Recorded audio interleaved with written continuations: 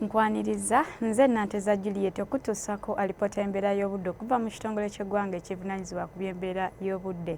Ebitundu by'eggwanga ebiranye olubalama lw'ennyanja Nalubaale byafunyeyo ekire ky'enkuba era nga mu bitundu ebyo mulimu Kalengere, Kabale, Mbarara, Kampala ssaako ne Bushenyi nga kino nno kivudde ku mukubo gw'enkuba okuba nga gwongedde okusaasaanira masekkati ga Ssemazinga Africa ssaako n'empewo enkalu ezifuwa okuva mu ddungu lya Sahara okutuuka ku ggwanga lyaffe.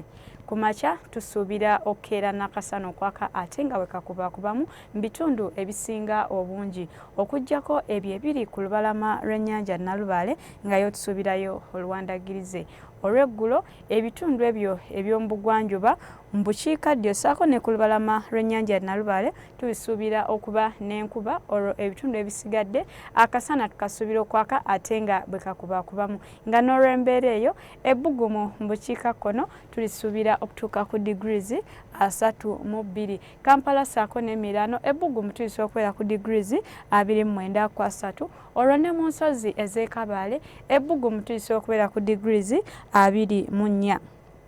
Ebibuga ebirala okusukka Uganda Mombasa tusuubirayo enkuba entonotono nga n'ebbugumu tulisobola okubeera ku degrees 32. Dubai akasana tukasuubira okwememula olwo ate yo mu Paris, London ssaako ne mu Kigali tusuubirayo ekiddedde. Ebyo bye tusobodde okufunira okuva mu kitongole ky'eggwanga ekivunaanyizibwa ku by'embeera y'obudde. Beera bulungi.